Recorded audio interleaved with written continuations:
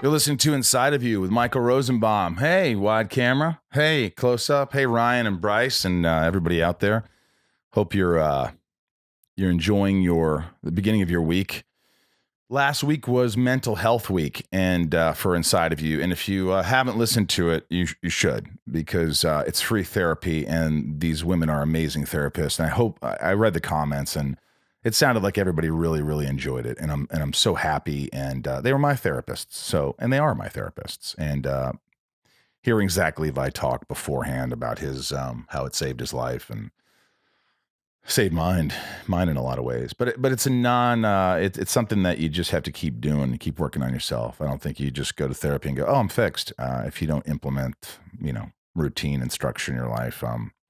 Also, my sister, she's working hard right now trying to keep routine and diet and all these things, and wishing her the best. I like to see people just putting one foot in front of the other. I get so down on myself because I definitely, you take a step forward, 2 steps back. I think it was a song. I'll take 1 step forward, I'll take 2 steps back. Who was that? I'm sure you guys are going to tell me. You guys are going to let me know. I get overwhelmed. The little things, I've got to figure that out. Why is it that the little things, I just go, oh, I can't figure this out. I can't figure this out. It's not like it's like all day, but I don't like that feeling. And then I start saying, why are you feeling like this? Let's do something about it. Let's fucking breathe. Take deep breaths. Walk outside. Get out of your head. Fuck. I do it. Thank you again for listening. Make sure you subscribe to the podcast, the social handles on Instagram, Inside of You, at Inside of You Podcast, and the Twitter, Inside of You Pod. We're also on Facebook. Write a review, subscribe. Please watch the YouTubes if you're listening. It really helps for many reasons that you might not even understand. Thank you to all the lovely patrons. I'm wearing pants today. I decided today I'm going to wear pants. So I don't know. I'm excited about it. I'm excited about pants. I feel more together. Maybe what you dress is who you are. I don't think that's true. Maybe it is. Maybe you feel a bit more confident if you put clothes on. I don't know what I'm talking about. The podcast, live podcast in Austin, Texas with Zach Levi, scheduled for July 2nd at the North Door. We're rescheduling that because of this whole pandemic and everything else that's going on. And so it will happen. Just it's getting pushed a little bit. We'll let you know on the podcast and my Instagram handles. Stage It's. Thank you guys for checking out my friend Rob Danson and I. He was my guitarist in Left and Laurel. We played 2 shows live on Stage It this past Saturday, a 2:00 show and a 6:00 show. It was fantastic, and we thank everybody for bidding and all this crap. It's not crap, but also the Inside of You store. If you want to get any merch, new sweatshirts and new cool shirts, theinsideofyoustore.com. And Patreon, if you haven't joined Patreon, it's an amazing community. Just go to Patreon, Patreon.com, Inside of You Patreon, and check out all the cool things. It's a great community. You'll meet new friends, and you get bonus material and a bunch of cool stuff from the show. And also, the other Patreon I have is an exclusive Where Have All the Good Horror Movies Gone? With my good friend John Heater and Napoleon Dynamite. And we talk horror movies, reviews. Tons of fun shit. Just go check it out. It's easy. I think that's pretty much it. By the way, I could sit here and talk about all these things that are going on in the world. And the thing is you hear them. I think, I care, I have a lot of love. I've put Instagrams out there. I donate. I do whatever I can. I feel like, on my podcast, I just try not to get political. I try not to get, I just want you guys to, anxiety and depression aren't something that could be political. I mean, they are. I mean, because there needs to be more done about mental health. But what I'm saying is, this is a show where I hope you learn from my guest and you get something out of it. And we talk about things that, they faced. So if I don't talk politics, I hope you don't get mad. But it's just, I don't know enough about them anyway. And I'll end up sounding like an idiot. And so I just choose not to. This guest is hilarious. I've seen him do comedy. I've done stand-up comedy with him. He's got a huge podcast, Bad Friends. Andrew Santino, funny man. we really talk about it's nice to hear about that, his family life, how it all happened for him, his attitude towards the media. And I really enjoyed this one. He's a funny guy. So I hope you enjoy this as much as I did. Let's get into Andrew Santino. It's my point of view. You're listening to Inside of You with Michael Rosenbaum.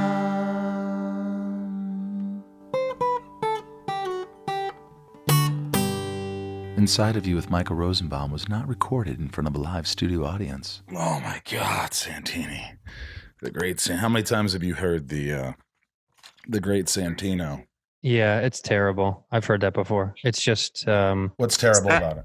Just unoriginal. Bad. Because the Great Santini was a magician. Santino is a respectful... He's a respectful comedian? So you're going to say? He's a respectful comedian. I'm a respectful comedian, and the last name is... it means something. Santino means massive foot. I don't believe that. It does. Look it up. Massive foot in Italian. Santino. But there was a movie called The Great Santini. Yeah, The Great Santini is a magician. Santini was a magician. But that's not what I'm saying. I'm saying there was a movie called The Great Santini. It wasn't about a magician. What was it about? It was about the Great Santini. He was like in the military, and he was like really hard on his family. Oh my God! Hold on one second. I've got my Robert Duvall. Look at my housemaid just brought me my steak and eggs. Thank you, housemaid. Your housemate. My housemaid, my maid. Yeah, she comes down to my sex dungeon and brings me. She's going to be mad. That's my wife, and she's going to be pissed off that I made that joke. That's it. That's it for me. Will she really be upset by that? No, no, she won't. She doesn't have a choice. She puts up with a lot from you. Yeah, but good though, right? I'm asking you. I mean, she does. She puts up with a ton from me. I'm going to eat during this. I feel like this is only appropriate because of what's going on in the world to eat during this. Yeah. That's good. Because I was marching all night. That's a lie. I don't believe you were out there. No, we live in the suburbs. Did you protest at all? Honestly, I didn't go down there. No. Did you? Should I feel bad? I'm so mean eating. We don't have to record right now. I just wanted to say hi to you for a second before we go. Yeah. You want to eat for a minute? I want to eat and talk. Let's just eat and talk and see what we get out of this. How are you really feeling about this whole thing? Honest, it's all over the place. Immediately pissed off and just disgusted when I see that guy kneeling on George Floyd's neck and him begging for his life. Just honestly disgusted. You can't. I can't believe anyone would have a different opinion on that. I won't even hear it. I don't think anybody does. I think if anybody does, it's all fabrication for the sensationalism of media and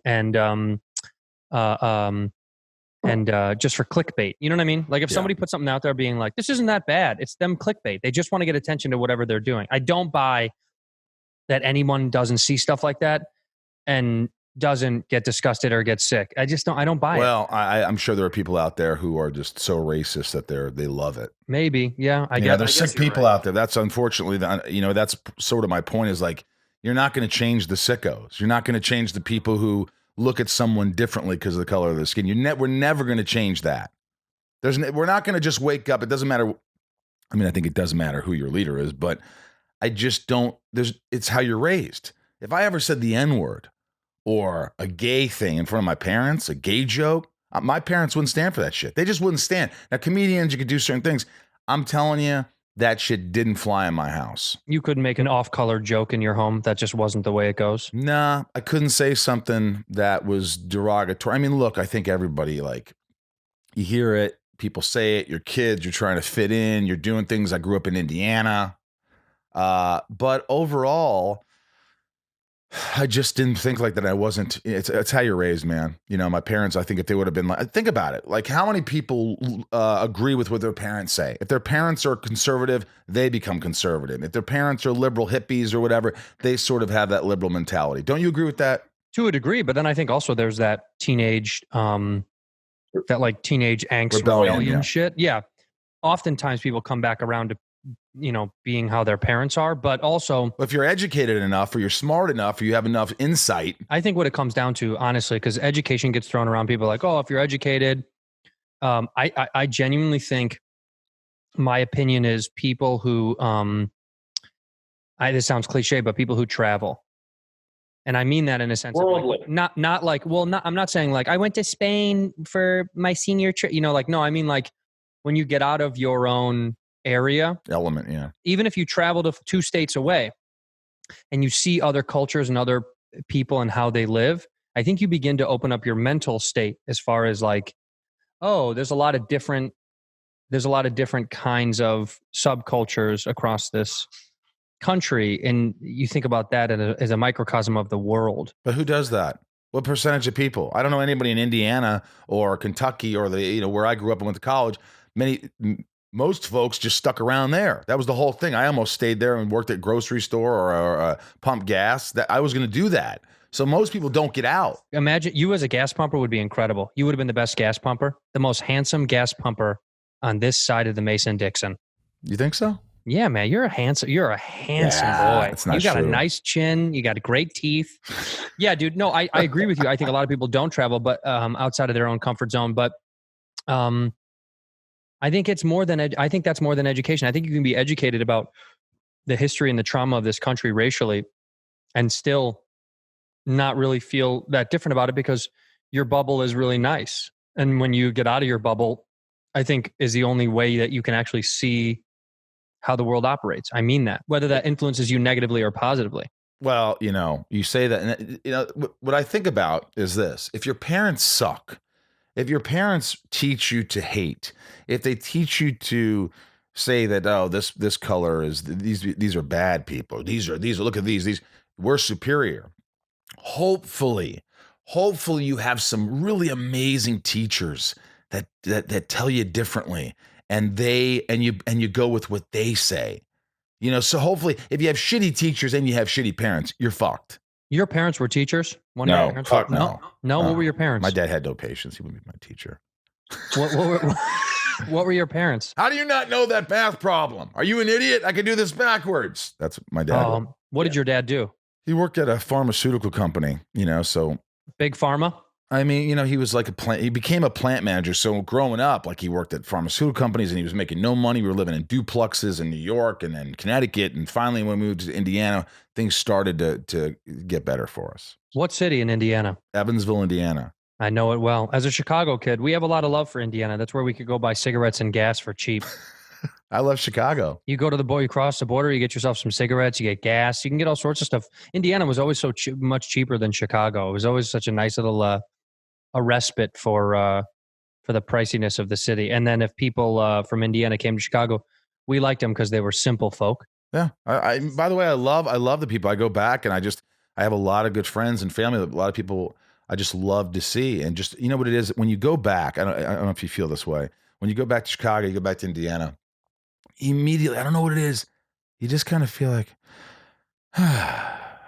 oh, dude, I love going home. I'm waiting for the day that I can get rich enough to just move and leave LA and not have to be here anymore. I like LA a lot, but I just want to go home sometimes. I think that's how I'm sort of getting to that point where I just, you tell me, we're inside of you today, Santino, Great Santino. But, coming from like Illinois, coming from like this Midwestern atmosphere and then coming out here and then becoming a big comedian and getting a big show and doing movies and TV and all these things. Like, don't you think you've lost some of yourself? Honestly, do you think you've become something that you're like, God, it's not that I hate myself, but there's a certain element that I just feel like I'm forcing things or I'm just always anxious or I'm always trying to be better and the best and chasing something like that. Do you think that makes life a little shittier? I don't know. I mean, I don't know what else I would be doing. Like, what else am I going to do? Well, I'm not saying that. I'm saying more like that pressure, the pressure of, being great, the pressure of success. Yeah, but I guess what I'm saying, what I'm saying by that is like, if I didn't have that pressure, what would I be? This is the only thing that drives me, that fuels me as far as like a career goes. As a human being, I think I haven't changed my compass hasn't changed as far as what I like and dislike and my morals and ethics. I think those things kind of stayed pretty solid. I don't think any of that stuff changed when I came out here at all. But I think like, I just feel like this is the only thing I've ever loved and ever been good at. So the negatives that come along with it, like all the pressure and all that stuff, it's a part of the thing. because that's the payment you have to pay to live the life that we get to live, which is I get to fucking make people laugh for money. It's the fucking greatest gig on earth. So I don't care that it comes with a lot of anxiety. I don't care that it comes with some sacrifices in life, because anything great or anything worth it, you're going to have to sacrifice. Name any person that's done anything of any substance that didn't sacrifice something. Doesn't exist. Yeah. So I just feel like if losing certain elements of my life are the sacrifice for this freedom that I get to just like use my brain to make money and make people laugh, and that's like my literal job, then fucking I'll take the sacrifice. Do you let it overwhelm you? Does your wife ever say you've got to go see a therapist, or you've got to go for a run, you've got to work out, you got to do something? You're honestly too much. Yeah, but I kind of check myself down. I know better. I run almost every day, like anywhere from like 4 to 7 miles a day. So I do that myself. Like I know when I'm overwhelming and I'm like, all right, I got to go, and I just take off. I do it all the time. I go for a drive. I know when I'm too much, but like I don't ever.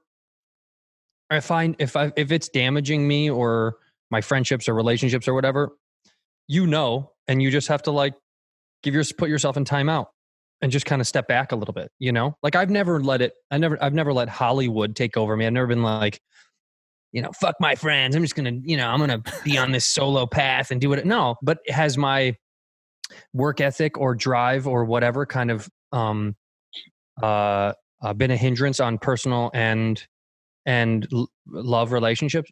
Absolutely. But this comes with the territory. I don't think I've sacrificed anything major for it. I've never destroyed something just so I could build myself up more. So I've never done that. But I think it all comes with the territory. You know what I mean? I think that she knows. She's been along for the ride for a long time, so she knows the nonsense that comes along with this, of late nights at going out and doing shows and everyday working and weekends you're gone. And I think she understands. You know what I mean? It's something that you kind of it's a compromise for sure on the wife or husband of a comedian. It's such a compromise. They have to know what they're getting into. It's tough, but it's like if you're aware of it and you're honest about it and you're not. Because I get upset when somebody goes, oh my God, Rosenbaum. Oh yeah, center of attention. I used to be like, fuck you. I'm not the fuck. What the fuck? And then I realized, no, you are, you fucking idiot. That's part of you. You want to go into a room and you're insecure about something, your looks, your personality. So what do? I want everybody to think I'm funny, and then they'll like me. That's been embedded in me since I'm a kid. So I think once you accept those flaws, and no matter what people say about them, you're like, okay, you can't let them hurt you, because they're actually, what hurts you is usually true, isn't it? Yeah, I mean, that's where the insecurity comes from. Something about it is real. But it's funny that as you get older, the insecurity is the insecurities change.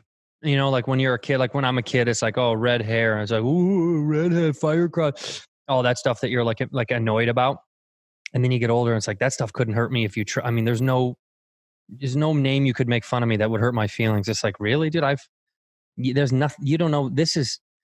I hurt me more than you could ever hurt. What about swollen foot, thick foot? Thick foot? No, I don't know what Santino really means. I kind of want to look it up now that I lied to you about that. I believed you. You fuck. I'm naive. I'm so gullible. I know. Well, actually, Santino is a meaning of the name. And I apologize for eating on this. I just haven't eaten today. That's fine. And this segment's going to really bore people. So tell us what Santino means. They're going to really love to hear this. The name of the meaning, Santino. There we go, folks. The etymology, historical. Santino is the Italian pet form of santo, the Italian word for saint. That's right. Okay. See? So it means sacred saint. Santino essentially means little saint, a diminutive form. Santino means little saint or just saint. So I'm the shit. And what does Rosenbaum mean? I think it means red. Another Jewish guy? Red tree. One more Jew. That's what it means. Red tree. It's funny because I got a friend, Yarvo, and he always looks at me and goes, you look way more Nazi. And I'm like, Jesus Christ. Because you look like just Aryan. You look like more than that than Jew. And I'm like, I don't even know what to say about that. Rosenbaum means, it's a German word. German, red tree. Red tree. It's Rosenbaum. Rosenbaum. Sprechen Sie etwas Deutsch? Können Sie lesen und schreiben? Yeah. Lecken und mein Arsch. Ich habe in der Hosen gemacht. I shit my pants. That's what I said. Are you a Nazi? No, I'm not. I hate Nazis. Fucking Wait, Nazis but you're suck. Jewish, right? Because I can't do this if you're not Jewish. I am Jewish. Of course I'm Jewish. Okay, yeah, because if you're not Jewish, it's like that's a waste of my time to be not. Do you think you're doing things now? You're in a place where you kind of say whatever, not to say it's shock value, but sometimes you just say whatever the fuck's on your mind. But what you always like that, even in college or whenever you started to stand up, do you think you kind of found your voice? You're like, this is what works for me. I think I always said what I felt, but I just wasn't as good at it back then. You know, like I just wasn't a good stand up. When you start, no one's good. I mean, the only kid that was probably good when they started through historic lore was probably like Chappelle. You know, a lot of people say Chappelle when he was 16 was a phenom. Like he was ahead of his time. I think his intelligence level was through the roof. He just understood stuff at a young age. But almost every comic you love and know is not good when they start. So I knew what I wanted to say. I just didn't know how to say it. And what were you going through in terms of like when you were first starting out? Were there times where you wanted to quit? I suck. Were you getting anxiety? Did you get down on yourself? No, you know, I knew I was, this sounds pretty, you know, not humble, but like I knew I was better than most of my peers. Like it was very obvious at a young age when you start stand up that you go, okay, out of the 50 people that I know that I constantly see at open mics or whatever around town, I'm one of the top 10 of these people. And you just know it. You know what I mean? You just kind of like can feel where people rank and you don't really talk about it. And as time goes on, it becomes more obvious. Do you think that's material or do you think it's a combination of like, do you think your energy was just better, your persona, or do you think it was the material or both of them? When you're young, I think everyone's material is shit. When you start out as a comic, your material is bad. You just don't know what to talk about. You haven't had a lot of life experience. You know, that's why there's not a lot of good 22. How many great 22-year-old comedians do you know? Right. Do you know what I mean? It's like you haven't lived enough life. You haven't felt enough on stage. You haven't been through enough, both in the comedy world and in your personal life, to really cultivate something that's worth listening to. Yeah. Unless, of course, you have. Again, I go back to Chappelle. Right. I go back to Chappelle, who like, I think he was such a phenom because he lived an interesting life and he saw the world from two very interesting lenses of like being born and raised in DC and then moving to Ohio. And he talks about it a lot. Like you go from like being a young black man in a, you know, a very racially integrated city with a lot of disparity of money and the dispersion of wealth. And DC is a very fucking crazy city of like the richest of the rich and the poorest of the poor are 4 blocks away. And when I say richest of the rich, I'm talking old money, not like the guy in Beverly Hills who has a house in the hills. That guy's bullshit. DC is like 9 generations of wealth, you know? Right. Then you move to Ohio where it's predominantly white, and he had to experience, I think, these both. Yeah, I'm telling his story, but like, I just think. But it's rare. You're saying it's rare. It's rare for someone young, unless you have lived, which at that point he had some of that in him, which made him good. And he was just it was an anomaly. Extremely gifted. Yeah. But for the most part, none of us have lived that much when we're that young. Well, were you like, did you like your parents? Are your parents good? Were they nice? Did they love you? Did they, all that shit? I mean, I killed him when I was 12. So I don't know much about him anymore. I beat my mom with my dad. I picked him up no, my parents are great people. They're good people. I mean, I had a very normal, in its sense, normal childhood as much as it could be. My parents are divorced and then my mom got remarried, but I call my stepdad my dad. He's my guy. And he treated me like a son, you know, like so I didn't have a disadvantage of like daddy issues. If I have daddy issues, it's because my real father, who's, you know, wasn't really in my life, but I had a stepdad who was just a great dude to me, who treated me like his son. Do you feel like your real dad not being around, do you feel like you have any kind of residual effects from that? Do you feel like abandonment issues at all from that? I mean, a therapist would probably say, yeah, you know, psychologically, I'm sure there's something deep inside you, but I don't recognize it as an adult. I don't consciously recognize it because my life is good with the parents that I have, you know, like I used to always say to people that say, oh, your real dad. I'd be like, well, that is my real dad. My stepdad is my real dad. Like my biological father is the guy that, you know, I share blood with, but my real dad is my stepdad. That's my real dad. Because did he ever reach out when you had more success? Did he ever say, "Hey"? We've kept in contact over the years. I talked to him 4 or 5 days ago. We keep in contact in like big waves. You know what I mean? Like I look at it like I literally look at it like waves in the ocean. Like sometimes I catch it, sometimes I don't. You know, sometimes we don't catch a wave for a long time. Sometimes we'll talk for 2-3 weeks on end every few days and kind of be in conversation, and then months and months will go by and then we won't speak. Does he know how you feel? Probably not. Truthfully, probably not. I mean, I think he's I think he gets it. I think he understands how I feel, but I don't think I've never sat and talked with him about it. But it's also because I don't know what it would do for me. Do you know what I mean? Right, Like, yeah. I've said that to my wife. It's like I'm fine. Like I'm happy with the family that I have, and I wish no ill will on the dude. I got love for him in my heart because he's my blood, but also, I don't know. I'm grown. Do you know what I mean? Like when you grow up, you're kind of like I'm a man. You know that I don't song? know about that. I'm still figuring that shit out, man. You're a boy. You're a boy. You're a boy. You're I'm a big boy, boy. man. No, but part of me is like, I think in my feeble mind, I wonder what would it be like if, let's say, that was my situation. If I'd want my father one day to just say, "Hey, I want to say these things to you right now. I was this, I was that. I apologize. I'm sorry. You deserve better. You got a great whatever. Everything you wanted to hear, but maybe you don't need to hear that." Yeah, I mean, I don't think I do. I don't want to. I mean, and in the sense of like, it doesn't really matter to me. I don't. That sounds so disrespectful. It doesn't. I don't. I'm cool with it. You know what I mean? Like, I'm like, yeah, we're. Well, I was gonna say, you know that song "Cat in the Cradle." You know, cats in the cradle and the silver. That's literally the story of my life. Of like, it's like, hey dad, hey dad, hey dad, and dad's like, oh, I'll be back someday. I'll be back soon. I gotta go work. And then when the dad gets older and he's like, hey son, and the son's like, just like me. yeah, he's like, I got my own family. I'm doing my own thing, dude. I gotta go. But do you think you do that subconsciously to sort of like as a defense mechanism deep down where it's like, hey, I'm busy. I got my own shit. I'm going to keep busy. Because a lot of people, if they stop for a second, they go, oh, fuck. And I feel like I might be one of those people. I know friends that if they stop for a second, depression kicks in, anxiety kicks in. Yes, sometimes. But in this case, in regards to that, it's more like, I don't do it out of spite or anything. I do it just because I'm like, I just have my own things going on. Like, I'm just kind of like, I've got my own shit. Yeah. I don't know. I've got like so much of my own shit that it's like, we're just two men. That's how I look at it. Like he's just a dude. It's like saying sometimes I call friends and sometimes I don't talk to them for a long time. My oldest friend in the world, I talk to him every once in a while. And then sometimes we'll catch up a lot and then sometimes we won't. I feel like it's the same relationship. It's just two men. As men get older, you just start to realize that like friendships are these things that like you keep nurturing as much as you can, and if you don't talk to each other for a while, it's all good, and then when you come back to it, if you're mature enough, you'll understand what it is, and you won't hold any like, yeah, dude, where have you been? There's more of like a, hey, dude, you're busy, you're this, but I'm here, and there's an understanding. And I have friends like that where I don't see them all the time, but there's a love. And some friends, I got to be honest, I don't hang out with a lot of people. It's just people would say I have so many friends because I do. I have lots of friends, but the people that I really hang out with, ultimately, I deal with anxiety. I deal with shit, and I want people around me that just sort of like.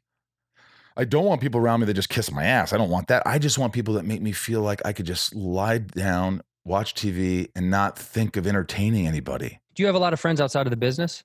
I have friends back home, a couple friends back home, and nobody here though in LA. That are not in the business. Oh yeah. My best friend growing up, who was like, he was my mentor. I mean, dude, the guy, he was a popular kid in high school. When he used to come up to my house, and I was like this shortest kid in my high school, picked on, whatever. And he used to always say, hey, come to I think I've told this story, but he's like, hey, come in, I'm having people over. My parents are out of town. And I'd show up and I'd hear other fuckers going, why is this fucker here? I hear it. And I'd hear Tom go, he's cool, man. He's cool. And I remember when he came up to my house my senior year and goes, hey, dude, I'm thinking of going to Western Kentucky. And I go, why don't you? He goes, want to be my roommate? Want a room? And I'm like, yeah, you're popular. I'm not. This could be a way in.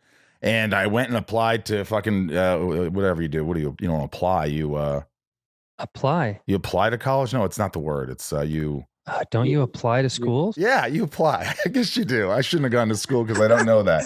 And I got in, and we were roommates, and he became sort of like, dude, this guy's funny. Watch him do this impression. Hey, I used to make money doing impressions with a little bucket, and we'd make enough money to have breakfast at Murray's the next morning in Kentucky. Anyway, so I have him. He's been my lifelong friend. I have a note that he wrote me in an envelope back in 96. When you were 32? When I'm fucking mid-20s. Or 45? You were 45? Because what are you now? You're 62 or 63? I'm 47.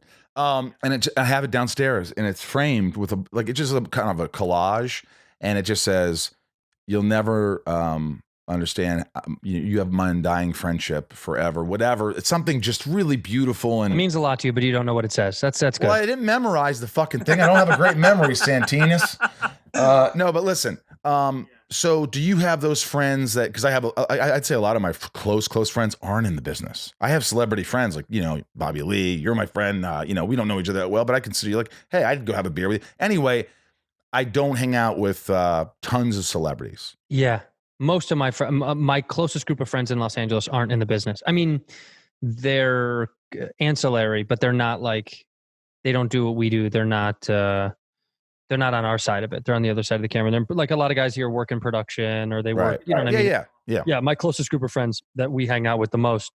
No, they don't. They're in the business. But when I say that, I mean like they're not actors or comics or directors or producers. They're just people that work in the business on the other side. So that's my closest group of friends. And outside of comics, I mean, Oh, by the way, I want to talk to you about this. How do you deal with criticism? How do you deal with hecklers? How do you deal with people who don't think you're funny, trolls? How do you deal with those guys?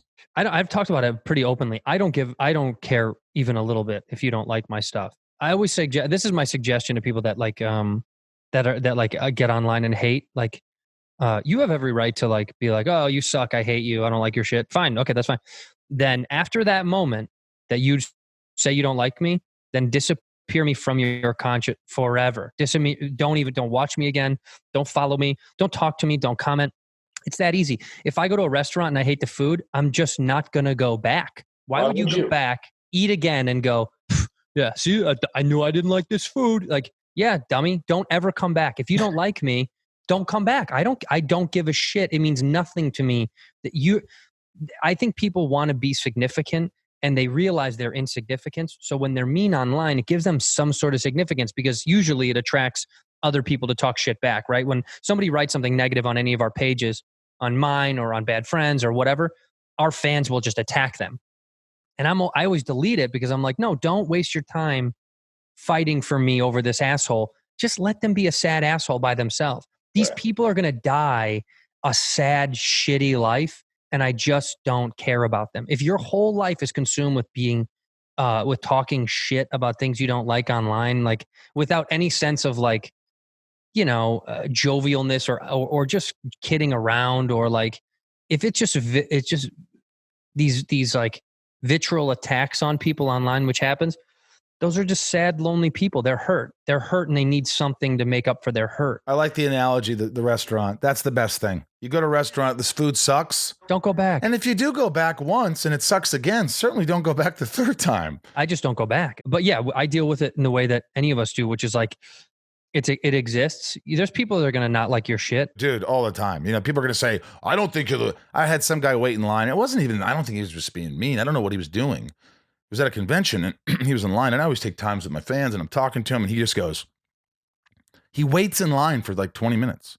I mean, probably 5. My lines aren't that big. But he comes up and then he goes, Gene Hackman's the best Lex Luthor. And I go, I agree. Absolutely. And he goes, oh, all right. Well, keep walking. I've talked about that, but it's just like, I really don't care. I honestly don't get upset. I just did a role and I hope people liked it. And that's it. I just do the best I can. And look, does it hurt my feelings? I'm a human being. When if I read a bad review and it goes, there was an article once that says, so-and-so's not funny, so-and-so's not funny, Michael Rosenbaum will never be funny. It was just, I don't even know what it was. And I go, what the fuck?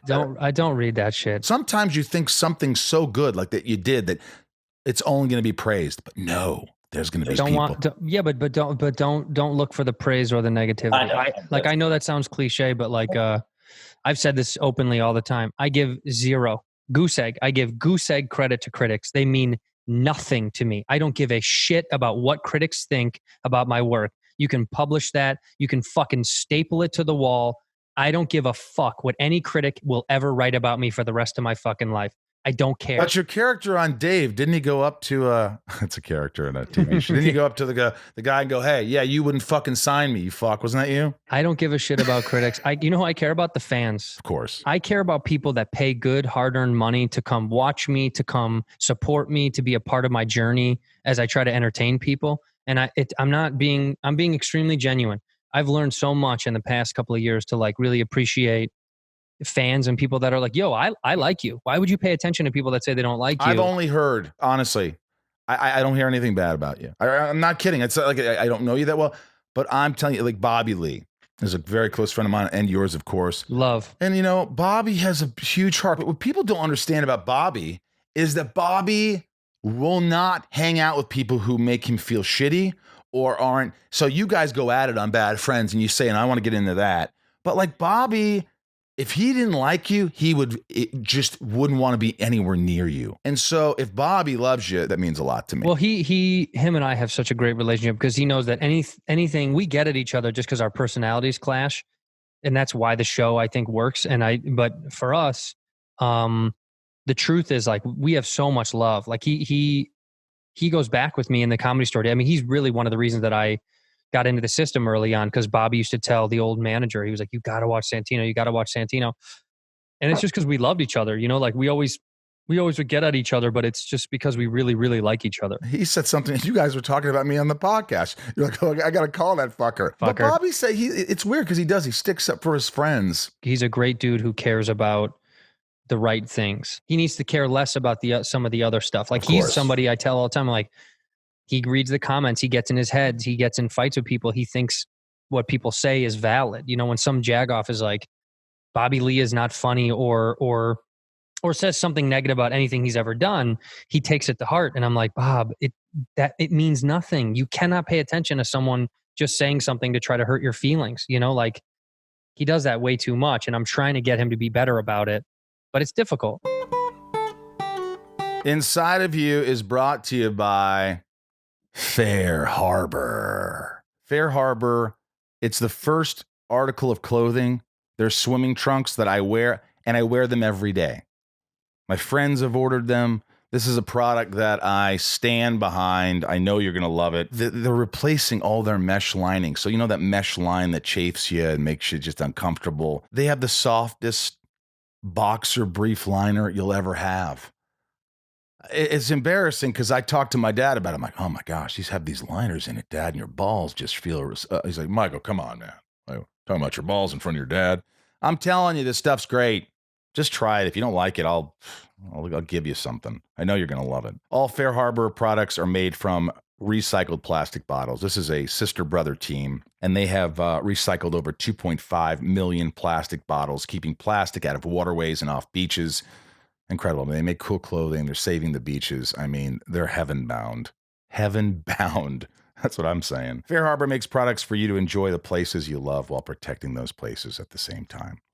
20% off for everyone listening right now. 20% off. Head over to fairharborclothing.com. Use the code INSIDE20 for 20% off. That's INSIDE20. And say goodbye to mesh lining forever. When you guys are doing your show, it's obvious to me that you do most of the work. Like Bobby just shows up. What are you talking about? It's just obvious. Bobby shows up and goes, all right, what are we talking about today? And you kind of have to, it's funny because it's the perfect dynamic. It's the perfect, like you're like going off on something. He's like, why? And then he'll just question you on it. Do you guys plan things out? I mean, because it's got to be hard because it's a successful podcast. It's big. I mean, you know, Bad Friends, but like you're talking for an hour, sometimes an hour and 20.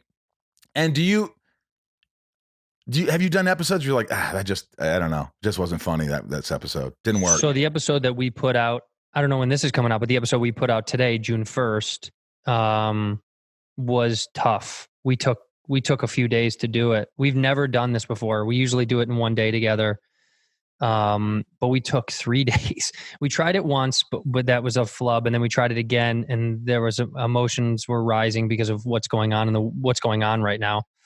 And then we had to do it again to kind of just like talk very candidly and openly about, you know, I think this was a special circumstance. Like we usually knock it out and we have a great time and the rhythm is good and it just flows for an hour and a half, sometimes, you know, an hour and 40. Did you piece it together? Like you wore the same shirts 3 days in a row, or did you just try it new every time? One day we threw in the trash. We threw the first day in the trash. And then the second day, we just had to go over some stuff that we wanted to just clarify. Cause at the end of the day, we were exhausted. We were just like tired and we were annoyed. And emotions were high. And so we were kind of like, were you annoyed with each other? Did you fight with each other? No. I mean, emotions were high in the sense that we were like angry and annoyed and fucked up about this whole thing, and like really didn't know how to feel and didn't know how to talk about it because we're a comedy show. And at the end of the day, I was like, this is a fucking comedy show. You know, we're trying to be funny. And Bobby was upset. He was like, I feel off. I feel mentally exhausted, and I'm angry and I'm annoyed. And I like, it kind of affected what we were putting out. And I was like, we want to put out a good product. And I said to him, I said, you know, Bobo, if you want to like tape again tomorrow, let's just come back when you feel better, when you go to yoga, get more sleep. And he did, and it worked. It was nice. And I'm the same way. I wasn't feeling good about it. I was annoyed.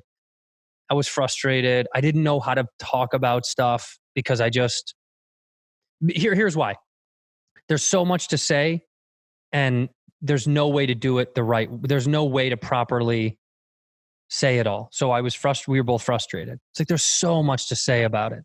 So you keep current topics, like you guys kind of just rant and go off, and you say things like, you did a Trump thing, you did whatever, a split screen kind of like, Trump, or no, Biden was answering, you were answering, and it was funny. And Bobby's like, that's not funny. And then you're going, it's funny that just the dichotomy or whatever, the dynamic. Yeah, no, we usually plan. There's some bits that are very produced and planned that we make sure we bring to the table that we can talk about. But sometimes they get thrown in the trash, and we go from wherever we're going. How many people are involved in this? I know there's you and Bobby, and then you have a producer. How many producers do you have? As far as like episode production, it's me and Bob. I mean, and when I say me and Bob, I mean it's me. No, it's me. It's me and Bobby. It's me and Bobby, and George and Andreas sometimes have suggestions for the show. That's great. They help, but most of that stuff is a lot of post-production, a lot of like editing, and a lot of the graphic design comes from these two people that I used for Whiskey Ginger for my show, Joseph Faria and Jenna Sunday. So they were my people for Whiskey Ginger, and I brought them over to Bad Friends. They're the ones that do like the thumbnails and a lot of digital art that you see that gets thrown up, and a lot of like the great segments that we put up. They do all of the art for that. So there are artists. Do you think that's important for like, for instance, I have a podcast. I just film me and the guest, and it's just a different kind of show. Totally. But, you guys have sort of a talking show, and it's produced, and it looks like, you put something into it. It's not just you go in there, record it, and it's done. Somebody edits it. It seems like the's a lot more to it. Yeah, podcasting is not that. It's not that easy, and everybody has a fucking. But the other day I looked on, and I was like, another actor's got a fucking podcast. Like, how do you compete with this shit? It's a ton. I mean, we do that show for that reason. Like, I think it is fun for us to do produced bits and to kind of like make it a show. I like making it a show. I mean, I think it's fun to be a fucking show. It's two of us, so it's like the show is me and Bobo. It's like that's the show, and so producing bits for it is very entertaining and very fun. So we have a team that help us out, and George and Andreas edit, and we have Rudy. His niece is in the room with us now. A woman with very few words, but when she says something, it just cracks me up. She was a gift from like the comedy god because It's not funny. She's our inside mole, dude. Our little inside tracking mole. So yeah, we have a good team of people that like help out, make the show visually look the way it looks. But from the inside perspective of the bits, most of it's just me and Bobby kind of formulating what to talk about week to week. And yeah, man, it's the most fun. I said this the other day to my wife. It's the most fun I've ever had in comedy since I was an open micer. I mean that. Like, dude, I played theaters of my own that I've sold out. I played arenas with Joe Rogan. I've done arenas of people. Like, it's funny because when I'm watching, I'm like going, what friend could I get to do something along these lines? No, I really thought it. I go, but not the same thing, but just two personalities that would kind of riff on what's going on in the world. And I was like, who would? Because you guys have a very tight group. Like, you guys all came up together. People are like, oh, they've got this clique. Well, you guys have all been friends for a long time. You, D'Elia, Rogan, Bobby Lee, Kreischer even, right? Yeah, it's just Segura and those guys. They kind of, it's all kind of formed this like weird little podcast group, but like it was organic. I mean, I say it all the time.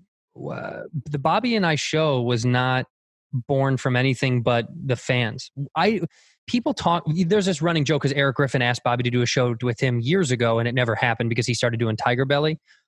And then, some of the fans, we joke around that it's like, oh, Santino stole the show from Eric Griffin. But the truth is, I have my own show. Whiskey Ginger does very well for me, and they have Tiger Belly. And the fans, anytime I did Belly, the fans were like, you guys need to start a show. And Kalila, Bobby's love of his life, was like, you guys should really do the show together. The fans keep saying it. So it wasn't us. Like, we didn't The only time I went out of my way was when I physically made it happen, was when I went and got the studio. We started to put the equipment together, which, I did all that shit because I was like, all right, let's try this. If it works, it works. If not, not. But I didn't consciously do this as like I'm making a podcast, Bobby. We got to do this together. This was the fans were like, do the show, do the show. They kept telling us to do a show. So we were like, okay, let's try it. And it worked. This wasn't some great plan of attack that we had in mind. You know what I mean? Yeah. And I'm jealous. I should be. I mean, I love Bobby, and we have a great dynamic too, where we kind of can flip out on each other. And you stole him, so I'm gonna go have lunch with Eric. Hey, honestly, somebody needs to have lunch with that guy. All right, listen. This is called Shit Talking. Really quick. It's just quick questions, quick answers from my patrons. They're just loyal fans who love the podcast, and I just love them back. Here's Leanne. What's been your favorite podcast moment so far? Whiskey Ginger, Bad Friends, guest appearances. What's the one moment you always think about? Like I say, every week, truthfully, is the most fun I've ever had on Bad Friends. I love Whiskey Ginger because I get to sit with one person in a room and drink whiskey and talk shit. You never asked me. Thank you. Dude, you have to come through. I mean, dude, honestly, it's been really challenging to be very honest both with this and the pandy. Like, I want to sit in a room with you and drink. The whole point of my show was actually to really sit and have a drink with someone and really talk to them, because I always feel like, whiskey's a lubrication of the soul. So I feel like you really do get some great, interesting conversation when you have a drink with somebody. And a lot of my friends are sober, which has been a challenge, but I'm a lightweight though. You get me drunk off one sip. I'm gonna start. I'll get kicked out of Hollywood. I'll be saying so much shit. That's why I do the show, because I want people to be honest. But anyway, Bad Friends every week is great, and Whiskey Ginger is great. But some of the most fun times I've ever had on a podcast were Inside You with Michael Rosenbaum. No, honestly, was anytime I do YMH, anytime I do Your Mom's House with Segura and Christina, it's always fun because I get to go in there and I play this character. I get to play this character with them. I get to do this thing where he leads me down these doors of crazy bits. I've created a fake relationship on there with a guy named Rick who I fell out of love with. I have this love story on that show, and it's just all that stuff is just fun improv. Did you study acting? I know this is questions now, but did you study acting? No. I noticed because I watched some clips and I'm like, wow, pretty impressed. And then I wanted to ask you that. I forgot to ask you. I did journalism and English in college was my minor. So I did very boring. I try to learn how to do TV talking. That's what I learned. I try to learn how to do that stuff in college. And then I did theater in college, but no, it wasn't I didn't go to school for acting. All right. Raj. I love Raj. Your adopted Indian bit is hilarious. What's the story behind putting that character together? Oh my God. There's a guy named Raj Sharma, oddly enough. Raj Sharma, who's a comic. Do you know Raj? Do you know Raj Sharma? You ever heard of him? I don't think so. Doesn't mean anything if I don't know him. A long story about that bit. That bit was by the way, that'll get me canceled at some point. I do an Indian accent because Raj and I, good friends and stand up for years. And whenever I would do the accent to him. And Raj was always like, dude, you got to do it on stage. I was like, I'm not going to do that on stage. It's so stupid. And the crowd was so bad one night at the Laugh Factory. He's like, I'll give you $100 if you do the Indian accent for the whole set. You have to do it for the whole set. You can't break. So I didn't. I did it. It ended up on their YouTube, and it got millions of views. And then I had them take it down because I was like, that wasn't supposed to be for the internet. I wanted it just for the live show, but they threw it up there, and then somehow it got leaked a million times. People do love it, dude. I have more. A white person would be like, so racist. I've had more Indian people come up to me and be like, we love that bit, and I'm like, oh, it was just kind of for the night, But yeah, it came from Raj Sharma. Raj, tell Raj, unless that's Raj. Look, that's Raj Sharma asking you that. Do me a favor, tell Raj he's the best patron ever in an adopted Indian accent. Oh, patron? Yeah. Oh, because he's a Patreon fan? No, he's a patron of mine. He's a patron. I have a Patreon account, so he's a patron.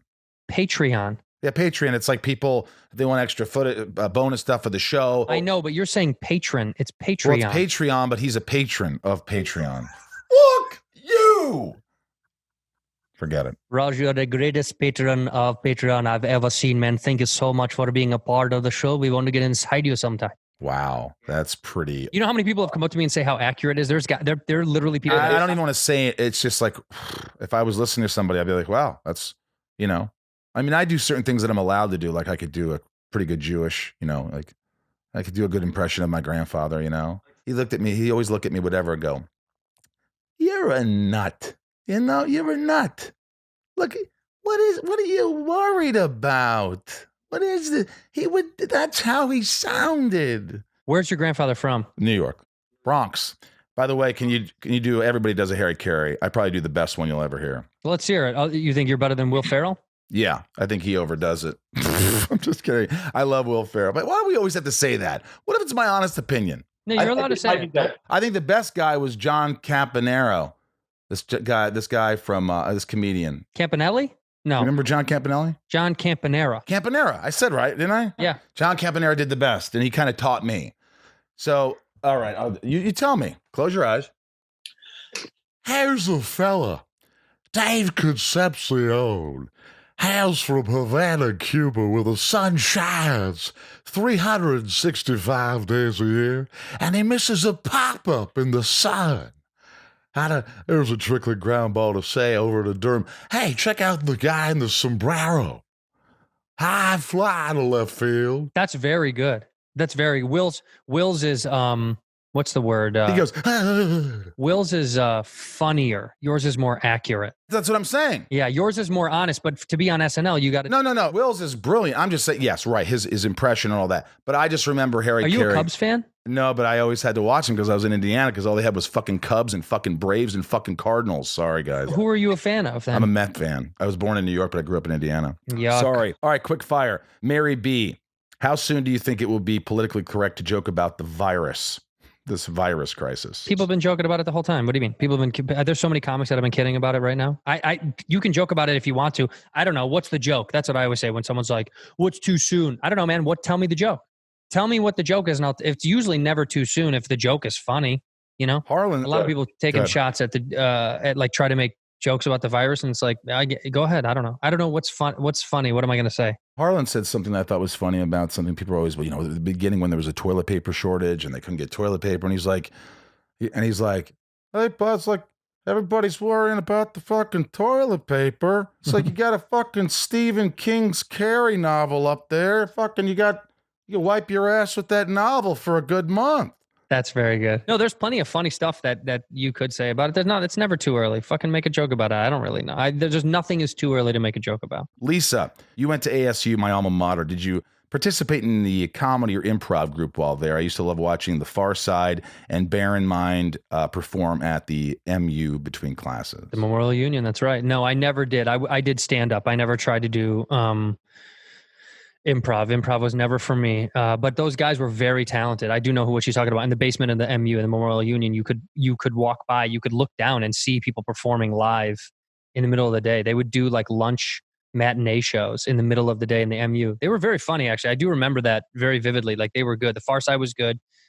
Bear in Mind, that got so weird. That's like the same era as me. She must have been around the same time that I was there. Lisa. Todd. Yeah. What was your experience on I'm Dying Up Here? Do you think they did it accurately depicting the world of comedians? Oh man, I don't know, man. That show got canceled, Todd. Yeah, I mean, but you did 2 seasons, right? No, I know. I'm kidding around. Yeah, no, I think. Oh, dude, I don't know, man. Do I think it accurately depicts the world of comedians? I wasn't alive in 1973, so I couldn't really tell you. But from what I know from a lot of our critics, in terms of our critical peers, a lot of the older comics were like, the problem was the show was too serious. It didn't show the fun side and the crazy side. It only showed kind of this. It was a dramatic show. The show was a drama. It showed like the kind of the negative times, and it wasn't a fair depiction of what was going on back then. To be honest, yes, I think we over dramatized a lot of things. I think the show's biggest downfall was not being funny enough, and it was all about like kind of the sadness and the heartache and the heartbreak. And I do agree that we deserve to be canceled because the show didn't find its footing. It was a lot of great acting on that show, but and great writing, but we didn't show enough love. There wasn't enough like having a really good time, because most comedy, whether it's 73 or now, comics are, it's a fun, come to the green room, the Comedy Store once. You're like, oh my God, these guys are having a great time. I remember being in the green room of the Comedy Store many times, but like, I think you were there before, but like with me, I mean, you obviously were there, but like Rogan doing his stretches or talking about things and just things health-wise and like stretches and just people goofing on each other. And meanwhile, I had diarrhea because I'm a new comic. So I'm just shitting while these vets are talking. I'm like, oh my God, I got to memorize what I'm going to say. I said to Swartzen one day, I go, I got some new stuff. He goes, all your shit's new, dude. You're fucking new. You only have new shit. don't the new shit. Yeah. What's your new shit? Your new shit is your shit. And it's shit. Your new shit. No, that place. I think that place it's the greatest place in the world. We try to do justice about the history of the store a little bit, but The show was You hated it. Moving on. No, I didn't hate it. Our aim was good, but we missed the target, if that means anything. Yeah. You know? Bob K. Is comedy hard in the current world? It seems so many people get offended so easily these days. Everyone's being judged in the court of public opinion. That is rhetoric. That is fake news. I don't believe that. Don't spread that around, Bob. I think that's bullshit. This is one of these phrases that people kind of regurgitate that I don't buy anymore. When somebody's like, "Oh, everyone's so PC. What can you say anymore?" Really? Because not at all. I mean, every comic I know that's thriving right now, look at across the board, none of them are scared of what they're saying. Go look at the 4 specials that just came out on Netflix. Segura, Kreischer, D'Elia. What are you talking about? Everyone's saying whatever the fuck they want. There is this weird there's this weird rhetoric that gets like recycled through society because somebody said it once. Like, you know, Seinfeld was like, you can't play colleges anymore because they're too sensitive. And then everyone is like, oh my God, everyone's so sensitive. It's like, dude, come to the Comedy Store before the pandy hit. The Comedy Store is the most groundbreaking, say whatever you want fucking place I've ever been a part of. And none of it slowed down at all. So I don't buy that stuff. I just think people want to make it sound like people are too PC. But guess what? There's millions of people that just want comedy and they're not looking to get offended. You can be as politically incorrect as you want, as long as you as long as you're just not stupid and you're saying things that are just really racist and fucking belligerently like for instance, also new comedians that are coming into it that are just like getting up there. They don't have such a what's the word? You guys sort of not to have the right to be politically incorrect, but if you've been doing it for years and years and years, you can get away with more probably because people follow you, right? Well, it's more about you. It's more about how you say it. It's like how it's not what you say, but it's how you say it. So like, if someone can misconstrue what you say into something politically incorrect, maybe that's their perception of what you're really saying. If you're going into something saying something with good intent and you want comedy out of it and it doesn't have any like vitriol or hate behind it, that it's just you making fun or light of something, if you know how to say it right, you can say anything. I mean, Bill Burr's a great example. You can say anything if you know how to say it right and you know how to make it funny. It's just, you know, yeah, some people just aren't funny and they say dumb shit and then that gets them in trouble. And you're like, well, that was your fault. You just aren't funny. Like, it wasn't funny. Like, I don't know what Bryce, I have a feeling this is my producer because he likes you. Since making the show, Dave, have you thought about starting a rap career under the name Lil Cheeto?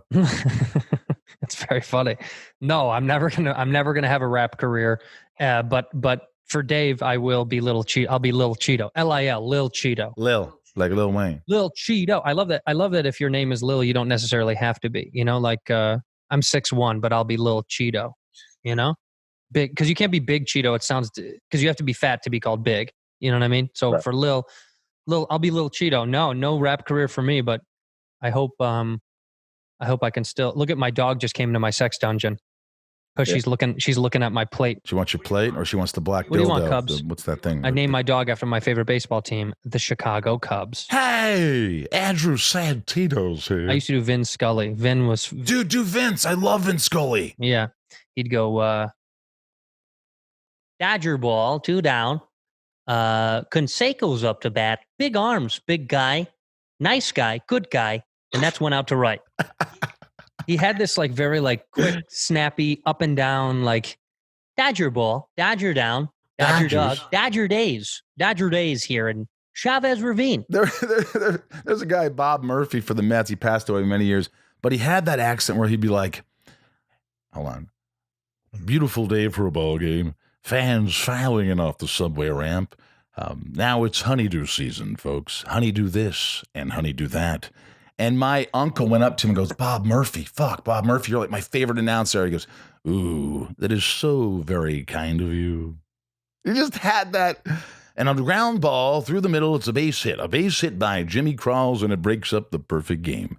Now the applause for Tom Seaver. It makes baseball cool because you just feel so relaxed. I miss it so much, man. I miss baseball so much. You don't have to be there to be there. It's the greatest sport in the world. That, like, if someone's like, I don't really like baseball, you're like, you don't want to just go hang out outside with friends? What are you talking about? That's perfect. Really? You just want to have a few beers and just yell at people? It's like when somebody says they don't like golf and they're like, oh, I don't like golf. It's like, well, have you ever tried it? And they go, no, it's like I don't want to go do that shit. It's like, dude, name a time when you can go drink beer outside with friends for 4 hours uninterrupted. Like, what do you mean? It's baseball and golf. It's why I love them both. You can go hang out with buddies. You don't have to be good. You don't have to care about the game or your own personal. You just go hang out with friends. It's about camaraderie. It has nothing to do with anything else. But don't we all do that? Don't we all? I'm sure you do, but we all do it. We're like, that? Oh, I don't want to do that. When you haven't, and then you do it, and you're like, oh, that's pretty cool. I've learned to be better, actually. Over the years, I've learned to just go, I'll try it. And then I try it. And if I still don't like it, I'm like, I tried it. It wasn't my thing. But more than ever, I've been more about going, okay, I'll see if I'll see if it sucks. Like, I'll see if I really don't like it. But when you're young, you're like, no way. But when you get older, I feel like you're like, I'll do it. I don't fucking, what do I give a shit? Like, I'm okay with being a tourist. I talk about that. I used to talk about it on stage. I used to be so afraid of being a tourist. And now I'm like, I'm going to the Eiffel Tower first thing I do. Like, I don't give a shit. What do you mean? I'm going to die one day. I'm not going to be the guy that went to Rome and didn't go to the Colosseum. You're an asshole. You're an asshole. You're an asshole. I think that's right. And I can be an asshole. Dude, listen, this was a great time. It really was. And I really, other than like meeting you a couple times and thinking you were a funny guy and a nice guy, I really didn't know. But I want to congratulate you on Bad Friends. I love Bobby Lee. I love you. And I think it's really funny. And I really enjoy watching it. And you, what else you got? Dave? Dave's still going? Dave is our show on FX. It's on Hulu now because FX is done showing it because the season's done. But go to Hulu. You can watch it on Hulu. If you have international fans, it's all over. It's BBC One. It's on the British networks now. It's all over Western and making its way to Eastern Europe. And then we'll be back for season 2, hopefully in 2021, if the world isn't totally burnt down to the ground. So, and what's your handle? What's your handle, buddy? Cheeto Santino on Twitter and Instagram and everywhere, wherever you can find me. It's Cheeto Santino, CheetoSantino. You following me? No. Oh, yeah, I don't think so. I don't know. I actually don't know if you are. No, I don't know that stuff either. I don't pay much attention to it. But should I? Are you good on there? Are you good on Twitter? And sure. Yeah, you'll have some fun. Which one are you better on? I don't know. Instagram. I have a little fun with. I just do goofy shit. But I'm going through some of the content, and a lot of this is really terrible. It's you with your shirt off. Well, no. You got to listen to it. You with your shirt off. Look at the one with me and my dog, you fuck. Off. It's you with your shirt off. A lot of you with your shirt off. That's not true. There's 2 with my shirt off, maybe. Did you ever think about getting a tattoo above your penis that says Smallville? I was going to get one. I'm not going to get into this. Dude, listen, this is a lot of fun. I hope I'm on Whiskey Ginger. I'd love to come on. Yes, That'd be great. I want you to come on. You'd be fucking awesome on there. I love it. Hey, good luck. Best of luck with everything, man, you're doing. Enjoy the success.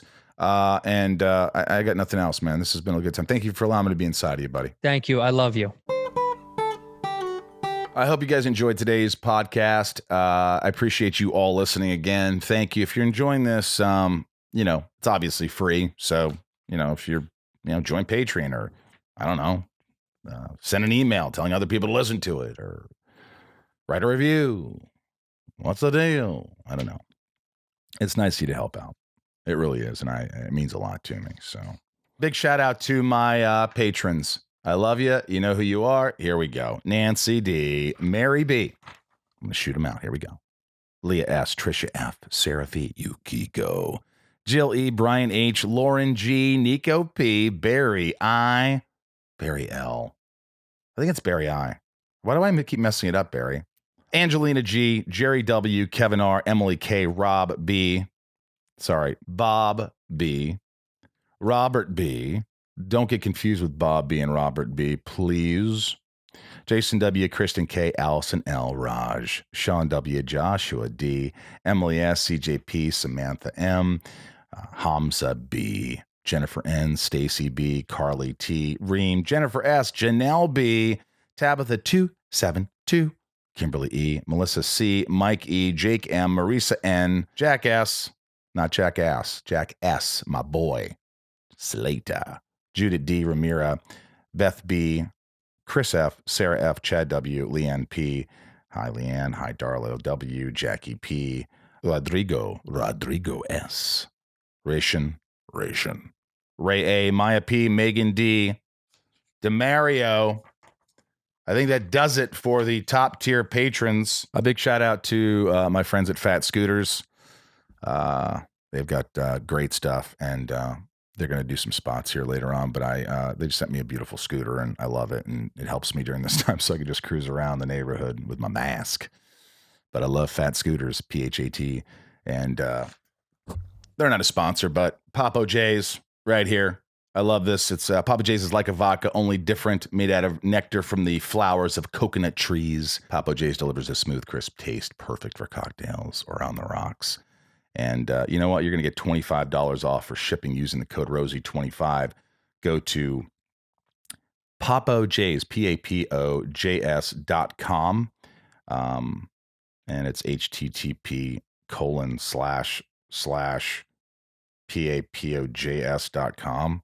Camp Rosie is still scheduled for October 31st. Haven't put out the Eventbrites or anything like that yet. We're still seeing what happens in this world. And right now the world is a little upside down, but we'll let you know.